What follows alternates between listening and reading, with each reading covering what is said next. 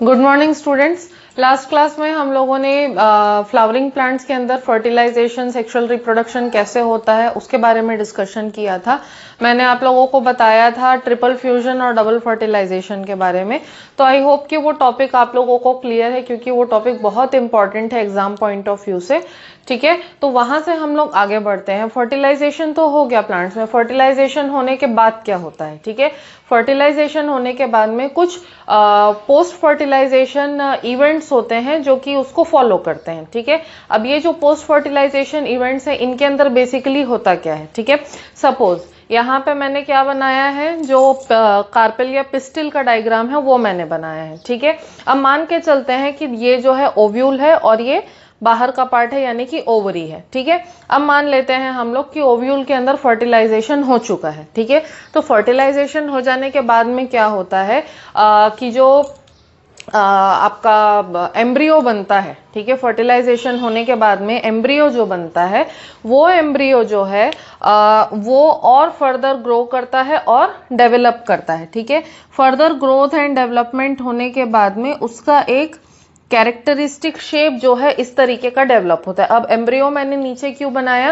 क्योंकि जो egg cell होता है, एग अब्रेटस होता है, वो नीचे की तरफ ही होता है। ठीक है, तो एम्ब्रियो जो है वो फर्दर ग्रो करता है, डेवलप करता है और एक सर्टन स्ट्रक्चर या सर्टन शेप जो है उसको अटेन करता है। ठीक है, उसके बाद जो पोलर न्यूक्लियाई थे, पोलर न्यूक्लियाई में भी फर्टिलाइजेशन होता है, फ्यूजन होता है। ट्रिपल फ्यूजन पोलर न्यूक्लियाई के अंदर ही होता है। ठीक है, तो जब ट्रिपल फ्यूजन होता है तो ये जो पोलर न्यूक्लियाई होता है ये किस में कन्वर्ट होता है? एंडोस्पर्म में। लास्ट क्लास में भी मैंने बताया था।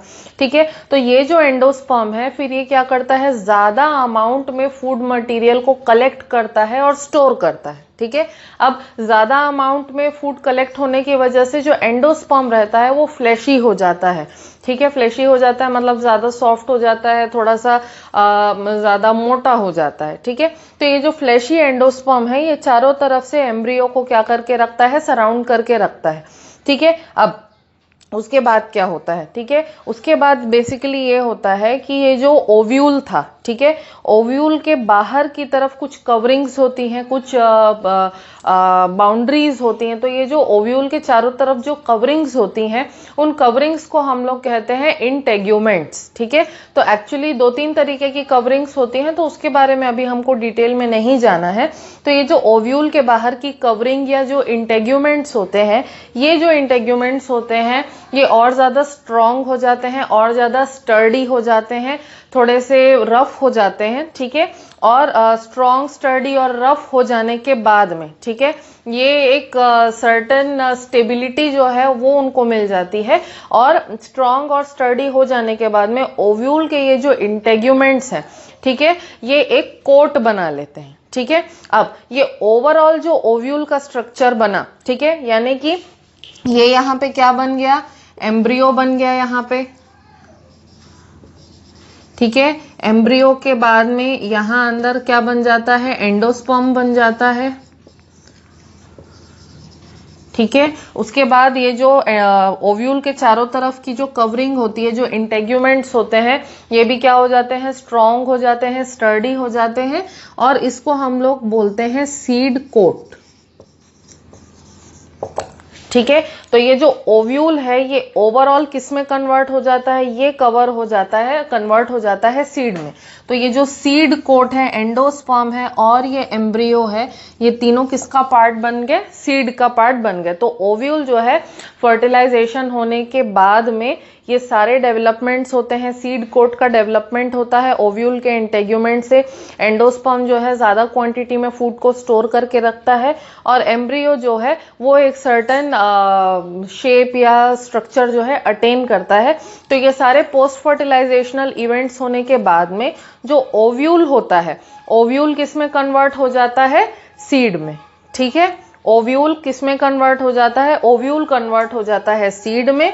सीड के तीन पार्ट्स हैं, सीड कोट है, एंडोस्पर्म है और एम्ब्रियो है। ठीक है, अब ये जो एम्ब्रियो है, एम्ब्रियो में भी दो रीजन्स हम देख सकते हैं। एक जो है ये नीचे का रीजन और एक जो है ऊपर का रीजन। ठीक है, तो जो नीचे का रीजन होता है उसको हम लोग कहते हैं रेडिकल। ठीक है। और जो ऊपर का रीजन होता है उसको हम लोग कहते हैं प्लूम्यूल, ठीक है। दो रीजन है, अगर मैं यहाँ पे सेपरेटली आप लोगों को समझाऊं लाइक दिस, ठीक है। ये एम्ब्रियो है, ऊपर का रीजन क्या हो गया,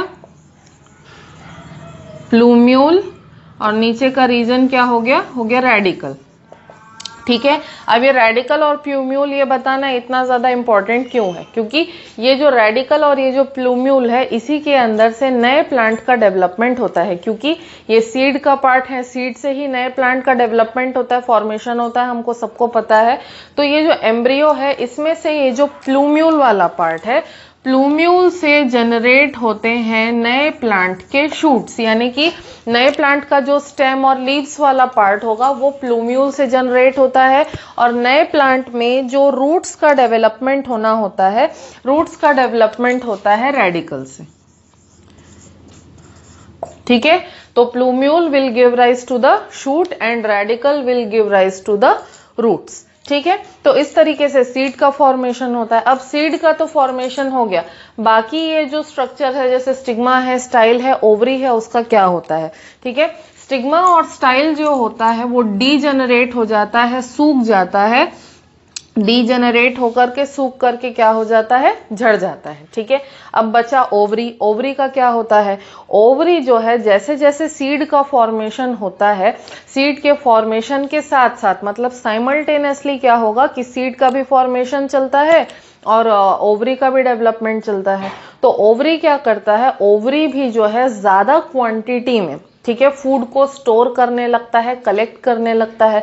अब ज्यादा क्वांटिटी में जब फूड स्टोर होने लगता है, कलेक्ट होने लगता है, तो ओवरी जो है वो भी फूल जाती है, स्वेल हो जाती है फूड के कलेक्शन की वजह से, और ओवरी कन्वर्ट हो जाती है फ्रूट में, ठीक है। ओवरी किस में कन्वर्ट हो जाती है, फ्रूट में कन्वर्ट हो जाती है। कैसे कन्वर्ट होती है, ज्यादा जो फूड है उसको स्टोर करके, ज्यादा क्वांटिटी में फूड को स्टोर करके ओवरी जो है वो स्वेल अप हो जाएगी, फूल जाएगी, एक सर्टन शेप आ जाएगा उसके अंदर, एक सर्टन उसका साइज आएगा, ठीक है। और ovary will get converted into the fruit and ovule will get converted into the seed, okay.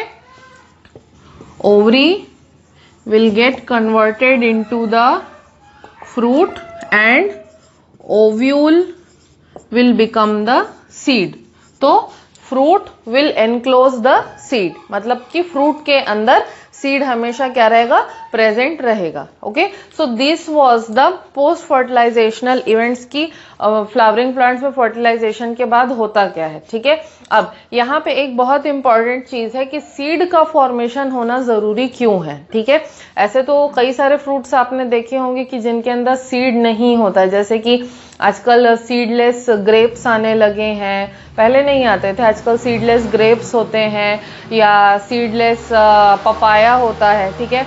Papaya भी आप लोग जानते हो कि कई सारे जो पपाया होते हैं, ठीक है, पपीते के फल होते हैं, उनको अगर हम लोग काट करके देखें तो उसमें हमको सीड दिखाई नहीं देता है, ठीक है। तो सीडलेस ग्रेप्स हैं, सीडलेस पपाया होता है आजकल, और सीडलेस टोमेटोज भी होते हैं। तो सीड जो है नहीं होने से नुकसान ज्यादा है और फायदे कम है, ठीक है। ऑब्वियसली खाने में मतलब उसके पीछे मेहनत नहीं करनी पड़ती है, या उसको काटने में, या उसके अंदर का सामान जो है, जो सीड्स वगैरह है, उनको फेंकने के लिए मेहनत नहीं करनी पड़ती है ऑब्वियसली।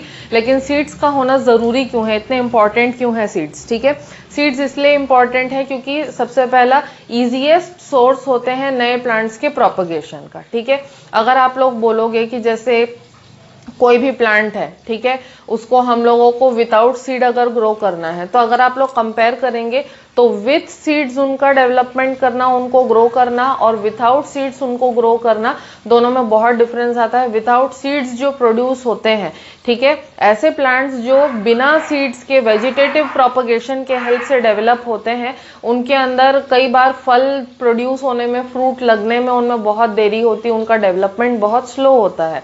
लेकिन उसके कंपैरिजन में अगर सीड्स से हम लोग कोई प्लांट को ग्रो कर रहे हैं तो उसके अंदर फल भी जल्दी लगते हैं और उसका डेवलपमेंट भी बहुत जल्दी होता है, तो वहां पे डिफरेंस आता है। तो सीड जो है सबसे इजीएस्ट तरीका है नए प्लांट को प्रोपगेट करने का, नए प्लांट को ग्रो करने का, ठीक है। उसके बाद क्योंकि सीड्स हल्के होते हैं, स्मॉल होते हैं, ठीक है, उनको एक जगह से दूसरे जगह लेके जाना यानी कि उनका ट्रांसपोर्टेशन इजी होता है, तो सीड्स जो हैं वो डिस्पर्सल का बहुत अच्छा तरीका, बहुत इजी तरीका होते हैं। कोई भी प्लांट के सीड्स को डिस्पर्स हम लोग इजीली कर सकते हैं, ठीक है।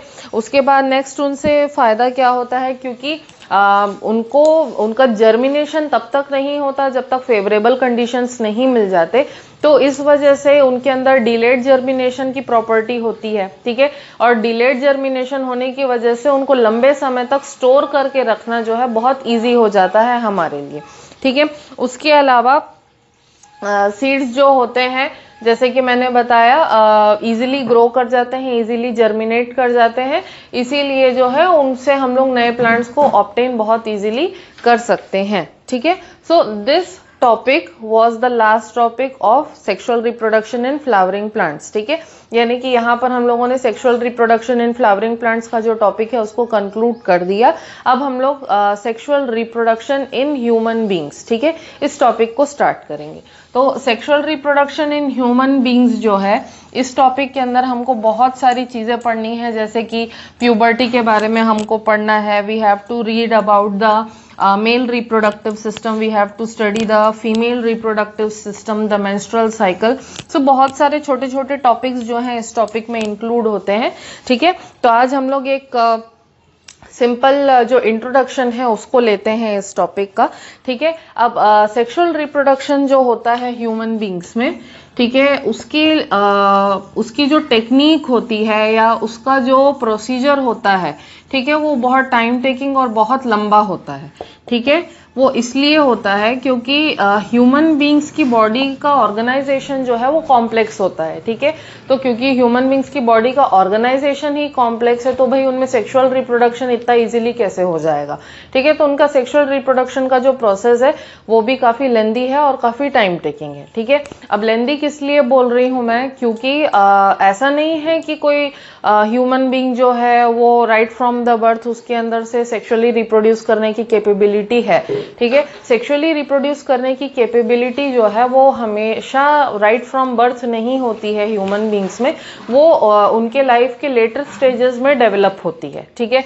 अब उसमें भी एक और चीज है कि ह्यूमन बींग्स के अंदर जो है सेक्सुअल डाइमॉर्फिज्म देखने को मिलता है, ठीक है। सेक्सुअल डाइमॉर्फिज्म ये एक नया टर्म है आप लोगों के लिए, ठीक है। सेक्सुअल डाइमॉर्फिज्म का मतलब क्या है, sexual means related to the sex, di means two and morph means body. तो सेक्सुअल रिप्रोडक्शन में दो बॉडीज का इन्वॉल्वमेंट होता है, इसीलिए हम लोग इसको सेक्सुअल डाइमॉर्फिज्म बोल रहे हैं। दो बॉडीज कहने का मतलब क्या है, जैसे ह्यूमन मेल होता है, ह्यूमन मेल की बॉडी का ऑर्गेनाइजेशन डिफरेंट है, ठीक है, और ह्यूमन फीमेल है, ह्यूमन फीमेल की बॉडी का भी ऑर्गेनाइजेशन जो है वो डिफरेंट होता है, ठीक है। तो सेक्सुअल डाइमॉर्फिज्म का मतलब क्या है कि ह्यूमन बींग्स में जो मेल्स है और ह्यूमन बींग्स में जो फीमेल्स है, both of them we can distinguish between them morphologically. Morphologically means body का स्ट्रक्चर, बॉडी का एक्सटर्नल अपीयरेंस कैसा होता है, ठीक है। तो बॉडी का जो एक्सटर्नल अपीयरेंस होता है ह्यूमंस में, वो मेल्स का अलग एक्सटर्नल अपीयरेंस है और फीमेल्स का अलग एक्सटर्नल अपीयरेंस है, ठीक है। तो इसी फिनोमिना को हम लोग सेक्सुअल डाइमॉर्फिज्म बोलते हैं, जहां पे किसी भी ऑर्गेनिज्म में, ठीक है, मैं सिर्फ ह्यूमंस के बारे में बात नहीं कर रही हूँ, किसी भी ऑर्गेनिज्म में अगर मेल ऑर्गेनिज्म की बॉडी का ऑर्गेनाइजेशन डिफरेंट है और फीमेल ऑर्गेनिज्म की बॉडी का ऑर्गेनाइजेशन डिफरेंट है, सच दैट मेल और फीमेल को हम लोग उनके बॉडी के स्ट्रक्चर को देख करके इजीली अगर हम लोग आइडेंटिफाई कर सकते हैं, ठीक है, तो तब उस फिनोमिना को हम लोग बोलते हैं सेक्सुअल डाइमॉर्फिज्म, ठीक है। तो क्योंकि ह्यूमंस में मेल्स और फीमेल्स को हम लोग देख करके इजीली डिस्टिंग्विश कर सकते हैं, तो सेक्सुअल डाइमॉर्फिज्म का जो फिनोमिना है वो ह्यूमन बींग्स में एग्जिस्ट करता है, ठीक है। अब जैसे कि मैंने बोला कि रिप्रोडक्शन जो है वो ह्यूमन बींग्स में राइट फ्रॉम द बर्थ नहीं होता, तो रिप्रोडक्टिव कैपेबिलिटी जो होती है ह्यूमंस में वो उनके लाइफ के लेटर स्टेजेस में डेवलप होती है, ठीक है। जैसे ऐसा तो है कि बचपन से ही हमारी, जब से हम लोग पैदा होते हैं तब से हमारी बॉडी में रेगुलर ग्रोथ और डेवलपमेंट जो है होता है, ठीक है। लेकिन ये जो ग्रोथ एंड डेवलपमेंट है ये सिर्फ कुछ एज तक होता है, ठीक है। जैसे फॉर एग्जाम्पल अगर मैं बताऊं कि जब हम लोग एकदम जस्ट हम लोग का बर्थ होता है, तो बर्थ होने से लेकर के 2 साल की एज तक जो है बच्चा धीरे धीरे खड़े होना, चलना, बात करना सीखता है। उसके बाद 2 साल की एज के बाद से उसका जो मेंटल डेवलपमेंट है वो बहुत ज़्यादा रैपिड होता है, तो वो नई नई चीज़ों को सीखना समझना स्टार्ट करता है। फिर कुछ समय के बाद में बच्चे के दूध के दांत जो मिल्क टीथ होते हैं वो गिरते हैं, फिर परमानेंट टीथ आते हैं, ठीक है। फिर अगर मैं मतलब प्रॉपर एज वाइज बोलूँ तो क्लास 6 ऑनवर्ड्स, क्लास 6 से लेकर के क्लास 10th के बीच का जो ड्यूरेशन होता है किसी भी बच्चे का, तो उस समय रैपिड फिजिकल ग्रोथ होता है, rapid increase in height, rapid increase in weight, bodily जो फीचर्स होते हैं वो डेवलप होते हैं, ठीक है। तो 10th क्लास तक, या अगर बहुत ज़्यादा हो गया तो 11th या 12th क्लास तक ही किसी पर्सन की हाइट का इंक्रीज होता है या किसी पर्सन के बॉडी के वेट का इंक्रीज होता है। तो अब ये हाइट और वेट का जो इंक्रीज होता है ये जेनेटिकली कंट्रोल्ड होता है, तो हर पर्सन में अलग अलग तरीके से होता है। किसी की हाइट ज़्यादा होती है, किसी की हाइट कम होती है, किसी का वेट ज़्यादा, किसी का वेट कम होता है, कोई एकदम पतला होता है, तो कोई एवरेज हेल्थ होती है, कोई बहुत ज़्यादा हेल्दी होता है। तो इट ऑल डिपेंड्स कि आपका जेनेटिक मेकअप कैसा है, आपके बॉडी में जीन्स आपको कैसे मिले हैं, क्रोमोसोम्स कैसे मिले हैं, उसके ऊपर डिपेंड करता है, ठीक है। अब यहाँ पर एक चीज मैं मेंशन करूंगी कि ये जो फिजिकल डेवलपमेंट है ये सिर्फ कुछ एज तक ही होता है, ठीक है। लेकिन इसी ड्यूरेशन में हमारे बॉडी में सेक्सुअल डेवलपमेंट्स जो हैं वो भी स्टार्ट होते हैं, ठीक है। तो सेक्सुअल डेवलपमेंट्स होते क्या है? सेक्सुअल डेवलपमेंट्स बेसिकली हार्मोन के थ्रू कंट्रोल्ड होते हैं, तो हार्मोनल चेंजेस होते हैं, और ये जो हार्मोनल चेंजेस हैं किसी पर्टिकुलर एज से स्टार्ट होते हैं, ठीक है। तो ये जो हार्मोनल चेंजेस हैं, ठीक है, इनकी वजह से बॉडी के मॉर्फोलॉजी में भी चेंज आता है, बॉडी के एक्सटर्नल फीचर्स में भी चेंज आता है, बॉडी के इंटरनल ऑर्गन्स के अंदर भी चेंज आता है, किसी पर्सन के नेचर पे, किसी पर्सन के बिहेवियर पे, ठीक है, इन सभी चीज़ों पे चेंज आता है, ठीक है।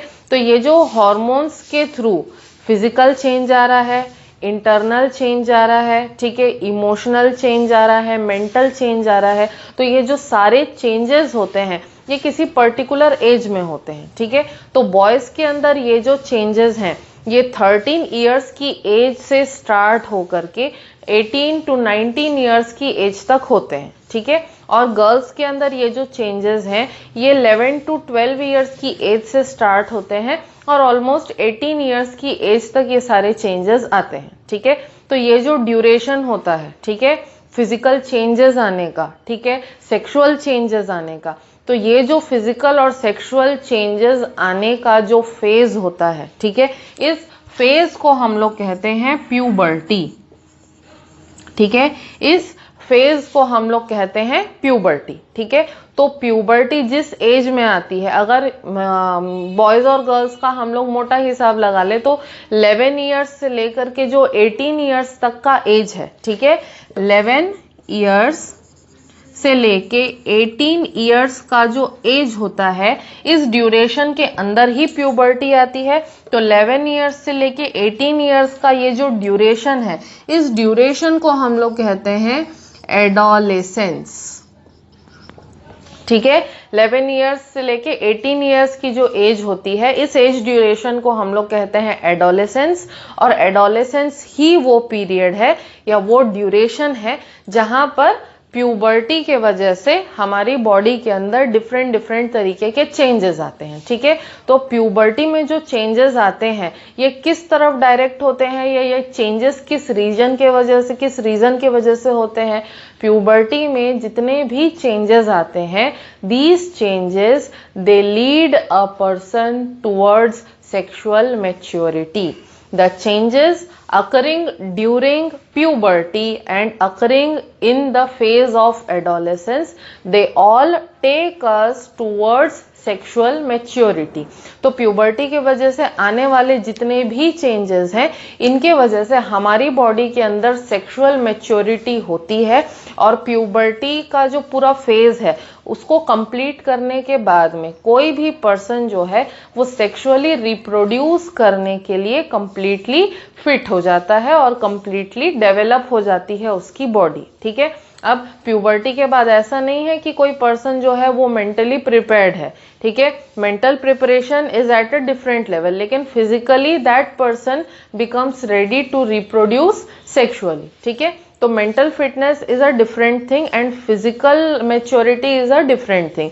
तो after the end of puberty we only become physically mature, we do not become mentally mature. ठीक है, मेंटली मैच्योर होने में किसी पर्सन को और ज्यादा समय लग सकता है, लेकिन एडोलेसेंस या प्यूबर्टी के एंड होते होते तक कोई पर्सन जो है सेक्सुअली रिप्रोड्यूस करने के लिए फिजिकली रेडी होता है। ठीक है, तो अब प्यूबर्टी के अंदर जो चेंजेस आते हैं, ये कौन कौन से चेंजेस होते हैं, कैसे कैसे चेंजेस होते हैं। ठीक है, अब कुछ चेंजेस ऐसे होते हैं जो बॉयज और गर्ल्स में कॉमन होते हैं। ठीक है, कुछ चेंजेस ऐसे हैं जो बॉयज और गर्ल्स में कॉमन होते हैं, और कुछ ऐसे चेंजेस हैं जो एक्सक्लूसिवली या तो सिर्फ बॉयज में होते हैं और एक्सक्लूसिवली सिर्फ गर्ल्स में होते हैं। तो वन बाय वन हम लोग उसको डिस्कस करते हैं। तो जो कॉमन चेंजेस होते हैं प्यूबर्टी के टाइम पे, ठीक है, ये क्या क्या कॉमन चेंजेस होते हैं। सबसे पहली बात तो बॉडी पे हेयर का डेवलप होना। ठीक है, बॉडी के डिफरेंट पार्ट्स पे, हमारे लेग्स पे, हैंड्स पे, फेस पे जो है बॉडी हेयर का ग्रो होना। ठीक है, ये एक कॉमन चेंज होता है। उसके बाद जो जेनाइटल एरियाज होते हैं, ठीक है, जेनाइटल एरियाज या जो प्यूबिक एरिया होता है जहाँ पे रिप्रोडक्टिव ऑर्गन्स होते हैं, ठीक है, तो जेनाइटल या प्यूबिक एरिया का स्किन का, उस एरिया की स्किन का डार्क हो जाना। ठीक है, उस एरिया में हेयर का डेवलपमेंट होना। ठीक है, ये भी क्या है, एक तरीके का प्यूबर्टी का ही ग्रोथ का पार्ट है। ठीक है, उसके अलावा बॉडी के टेम्परेचर में राइज आना। ठीक है, ये भी क्या है, प्यूबर्टी का ही एक पार्ट है। उसके बाद जो है अपने बॉडी को लेकर के कॉन्शियस हो जाना। ठीक है, अपने अपीयरेंस को लेकर के कॉन्शियस हो जाना, मैं कैसा दिख रहा हूँ या कैसा दिख रही हूँ, मेरी बॉडी का डेवलपमेंट कैसे हो रहा है, अपने बॉडी के डिफरेंट पार्ट्स को लेकर के कॉन्शियस हो जाना, this is also a part of puberty. ठीक है, उसके बाद जो ऑपोजिट सेक्स है, मतलब मेल्स का फीमेल्स की तरफ अट्रैक्शन होना एंड फीमेल्स का मेल्स की तरफ अट्रैक्शन होना। ठीक है, तो ऑपोजिट सेक्स के लिए अट्रैक्शन होना, that is also a part of puberty. ठीक है, because this is all of this is a hormone controlled process. तो जैसे जैसे हार्मोन्स का सिक्रीशन होता है तो अपने बॉडी को लेकर के भी कॉन्शियसनेस जो है वो इंक्रीज होती है, और ऑपोजिट सेक्स को लेकर के जो अट्रैक्शन है वो अट्रैक्शन भी डेवलप होता है। ठीक है, और डिफरेंट सेंसेशंस का, न्यू सेंसेशंस का डेवलपमेंट जो होता है बॉडी में, वो भी प्यूबर्टी का ही एक पार्ट है। ठीक है, तो ये जो थे ये कॉमन चेंजेस थे, ये कॉमन डेवलपमेंट्स थे जो किसी पर्सन की बॉडी में आते हैं। ये गर्ल्स और बॉयज दोनों के लिए कॉमन है। ठीक है, तो अब बॉयज के अंदर एक्सक्लूसिवली कौन से चेंजेस आते हैं। ठीक है, बॉयज के फेस पे हेयर का ग्रो करना, मतलब कि मस्टैश और बियर्ड का, ठीक है, ग्रो होना, मतलब मूंछ पे आना और दाढ़ी के बाल जो है उनका ग्रोथ होना। तो मस्टैश और बियर्ड हेयर का जो ग्रोथ है वो एक्सक्लूसिवली बॉयज में होता है। ठीक है, उसके बाद बॉयज जो है उनकी आवाज जो है वो क्रैक होने लगती है, मतलब उनकी आवाज जो है वो भारी होने लगती है। ठीक है, तो आवाज का क्रैक होना या आवाज में भारीपन आना वो किस वजह से होता है, क्योंकि जो आपके लैरिंग्स यानी कि वॉइस के जो वोकल कॉर्ड्स होते हैं वो और ज्यादा क्या हो जाते हैं, सकरे होने लगते हैं, तो उससे जो है वॉइस जो है क्रैक होती है। उसके अलावा वॉइस के क्रैक होने के अलावा जो लैरिंग्स है, ठीक है, लैरिंग्स जो है उसका और फर्दर डेवलपमेंट होता है, और बॉयज के अंदर जो लैरिंग्स है वो थोड़ा गले से बाहर की तरफ निकलने लगता है। ठीक है, तो ये जो लैरिंग्स का बाहर निकलना है ये भी एक्सक्लूसिवली बॉयज में होता है। जैसे कि आप मेरी गर्दन को देख सकते हो, मेरे गले में आपको लैरिंग्स जो है वो बाहर निकला हुआ नहीं दिखेगा, लेकिन बॉयज जो है वो अगर अपने गर्दन को, अपने थ्रोट को ऑब्जर्व करेंगे तो आप लोगों का लैरिंग्स जो है वो थोड़ा सा बाहर निकला हुआ रहता है। तो ये डेवलपमेंट भी एक्सक्लूसिवली बॉयज के अंदर होता है। ठीक है, उसके बाद बॉयज का जो कंधा है, ठीक है, शोल्डर्स हैं वो ज्यादा चौड़े हो जाते हैं और जो कमर है, जो हिप्स हैं वो थोड़े सकरे हो जाते हैं। तो कंधे का चौड़ा होना, हिप्स का सकरा होना, ये भी बॉयज के अंदर ही होता है। ठीक है, उसके अलावा जो बॉयज का रिप्रोडक्टिव पार्ट है, यानी कि जो पीनिस है, पीनिस का ओकेजनल एनलार्जमेंट हो जाना, ठीक है, पीनिस का ओकेजनल एक्सटेंशन हो जाना, ठीक है, ये भी ये जो डेवलपमेंट है ये भी बॉयज के अंदर ही होता है एक्सक्लूसिवली। ठीक है, तो these were the exclusive developments taking in the boys body structure. ठीक है, अब अगर गर्ल्स के बारे में बात करें तो गर्ल्स में मैमरी ग्लैंड्स यानी कि ब्रेस्ट का डेवलपमेंट होना, ठीक है, ये भी प्यूबर्टी का ही एक पार्ट है। कमर उनकी जनरली चौड़ी हो जाती है गर्ल्स की, बिकॉज सेक्सुअल मैच्योरिटी आने के बाद में upon pregnancy they have to accommodate the baby within their womb. ठीक है, तो जो यूट्रस होता है फीमेल्स में वो कहाँ होता है, कमर के पार्ट में होता है, तो कमर नेचुरली जो है चौड़ी हो जाती है। This is also a part of puberty. Then occurrence of periods, occurrence of menstrual cycle, तो मेंस्ट्रुअल साइकिल या पीरियड्स का स्टार्ट होना वो भी क्या है, प्यूबर्टी का ही एक पार्ट होता है। उसके बाद लड़कियों की आवाज जो है वो पतली हो जाती है, that is also a part of puberty. ठीक है, तो मेमोरी ग्लैंड्स यानी कि ब्रेस्ट का डेवलपमेंट, मेंस्ट्रुअल साइकिल का ऑनसेट, ठीक है, कमर का चौड़ा हो जाना, आवाज का पतला हो जाना, these are all the changes occurring in a girl's body during puberty। ठीक है, तो कॉमन चेंजेस भी मैंने बता दिए और इंडिविजुअल चेंजेस भी बता दिए मैंने जो बॉयज और गर्ल्स की बॉडी में आते हैं। ठीक है, तो जब प्यूबर्टी का जो फेज है, ठीक है, एडोलेसेंस का जो फेज है, प्यूबर्टी और एडोलेसेंस का फेज जब एंड होता है, जब कंक्लूड होता है, उसके बाद में कोई भी पर्सन सेक्सुअली रिप्रोड्यूस करने के लिए फिजिकली रेडी होता है, लेकिन जो मेंटल रेडीनेस होती है या मेंटल प्रिपेयर्डनेस होती है सेक्सुअली रिप्रोड्यूस करने के लिए, that occurs at a later stage. ठीक है, तो सेक्सुअली मैच्योर हो जाना, फिजिकली मैच्योर हो जाना is a different thing and mentally mature हो जाना is at a very different level. ठीक है, तो अब यहाँ तक मैंने आपको क्या बता दिया, प्यूबर्टी के बारे में बता दिया, जो फिजिकल चेंजेस आते हैं हमारी बॉडी में उसके बारे में मैंने आप लोगों को बता दिया। ठीक है, तो सेक्सुअल रिप्रोडक्शन पे अब हम लोग एक्चुअली आते हैं। ठीक है, तो सेक्सुअल रिप्रोडक्शन बेसिकली ह्यूमंस के केस में होता क्या है। ठीक है, सेक्सुअल रिप्रोडक्शन जो है वो एक स्पेशलाइज्ड फंक्शन होता है रिप्रोडक्टिव टिश्यूज का, जिसमें कि रिप्रोडक्टिव टिश्यूज जो हैं वो गैमीट्स का फॉर्मेशन भी करते हैं। गैमीट्स का फॉर्मेशन करने के बाद में जब गैमीट्स का फ्यूजन होता है तब कहीं जाकर के न्यू जनरेशन का फॉर्मेशन जो है होता है। ठीक है, तो अगर सेक्सुअल रिप्रोडक्शन का प्रॉपर जो डेफिनेशन है वो मैं बोलूं तो sexual reproduction is a specialised function when reproductive tissues must mature and also are capable of carrying out the functions of reproduction or formation of new individuals. तो sexual reproduction एक ऐसा function है जहाँ पे जो सेक्सुअली रिप्रोडक्टिव टिश्यूज हैं उनका maturation भी होता है, उनके थ्रू गैमीट का फॉर्मेशन भी होता है और उनके थ्रू नए इंडिविजुअल का प्रोडक्शन भी होता है। ठीक है, तो सेक्सुअल रिप्रोडक्शन के जो प्रोसेसेस है उनमें इन तीनों चीजों के बारे में हम लोगों को पढ़ना है। ठीक है, तो अब सेक्सुअल रिप्रोडक्शन के बारे में हम लोग बात करें तो ह्यूमंस के केस में जो सेक्सुअल रिप्रोडक्शन है उसके कुछ बेसिक फीचर्स हम लोग डिस्कस करते हैं, क्योंकि सेक्सुअल रिप्रोडक्शन के लिए हम लोग यहाँ पे देखे हैं कि ह्यूमंस के अंदर सेक्सुअल डायमॉर्फिज्म होता है, यानी कि ह्यूमन मेल अलग होता है और ह्यूमन फीमेल अलग होता है। तो ह्यूमंस में सेक्सुअल रिप्रोडक्शन करने के लिए दो पार्टनर्स की जरूरत होती है, एक मेल की और एक फीमेल की। ठीक है, उसके अलावा और क्या बेसिक फीचर होता है कि ह्यूमंस के अंदर जो रिप्रोडक्शन होता है, ठीक है, वो इंटरनल होता है, यानी कि जो फर्टिलाइजेशन होता है बेसिकली कैसा होता है, इंटरनल फर्टिलाइजेशन, यानी कि जो मेल गैमीट होता है और जो फीमेल गैमीट होता है, ठीक है, उन दोनों का फ्यूजन जो है वो फीमेल की बॉडी के अंदर होता है। तो fertilisation is internal and development of the baby it is also internal, means the development of the baby will also take place inside the body। ठीक है। तो इंटरनल फर्टिलाइजेशन होता है, इंटरनल डेवलपमेंट होता है, दो पार्टनर्स की, एक मेल और एक फीमेल पार्टनर की रिक्वायरमेंट होती है। तो सेक्सुअल रिप्रोडक्शन का ये कुछ बेसिक फीचर्स है, ठीक है। अब उसके साथ साथ एक लास्ट पॉइंट मैं आप लोगों को और मेंशन करूंगी, that is the sex organs, ठीक है। सेक्स ऑर्गन्स के बारे में इसलिए मेंशन कर रही हूं क्योंकि नेक्स्ट टॉपिक जो है हमको सेक्स ऑर्गन्स के बारे में ही पढ़ना है, ठीक है। अब सेक्स ऑर्गन्स जो होते हैं ह्यूमंस के अंदर वो दो तरीके के होते हैं, एक होते हैं प्राइमरी और दूसरे होते हैं सेकेंडरी, ठीक है।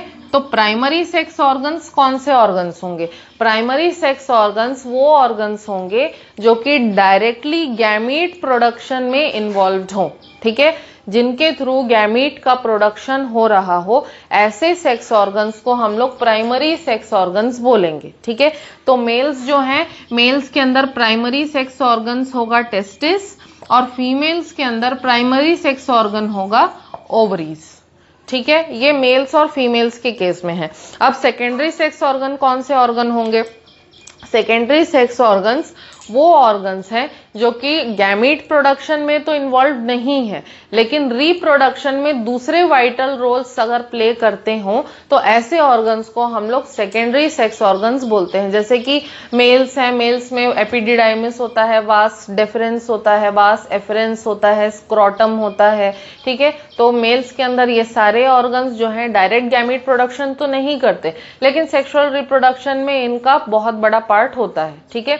वैसे ही फीमेल्स है, फीमेल्स के अंदर फैलोपियन ट्यूब हो गया, यूट्रस हो गया, सर्विक्स हो गया, वेजाइना हो गया, ये सारे ऑर्गन्स भी डायरेक्ट गैमीट प्रोडक्शन तो नहीं करते, लेकिन सेक्सुअल रिप्रोडक्शन में इनका बहुत बड़ा रोल होता है, ठीक है। तो आज हम लोग यहाँ पर कंक्लूड करते हैं, ठीक है। आई होप कि आज की क्लास में जितने भी टॉपिक्स हम लोगों ने कवर किए हैं वो आप लोगों को क्लियर है। नेक्स्ट जो हमारी क्लास होगी उसमें हम लोग मेल और फीमेल रिप्रोडक्टिव सिस्टम का जो स्ट्रक्चर है उसको डिस्कस करेंगे। टिल देन आज की क्लास में जो भी टॉपिक्स कवर हुए हैं उसमें कोई भी डाउट अगर आपको होगा तो you can ask me. Thank you.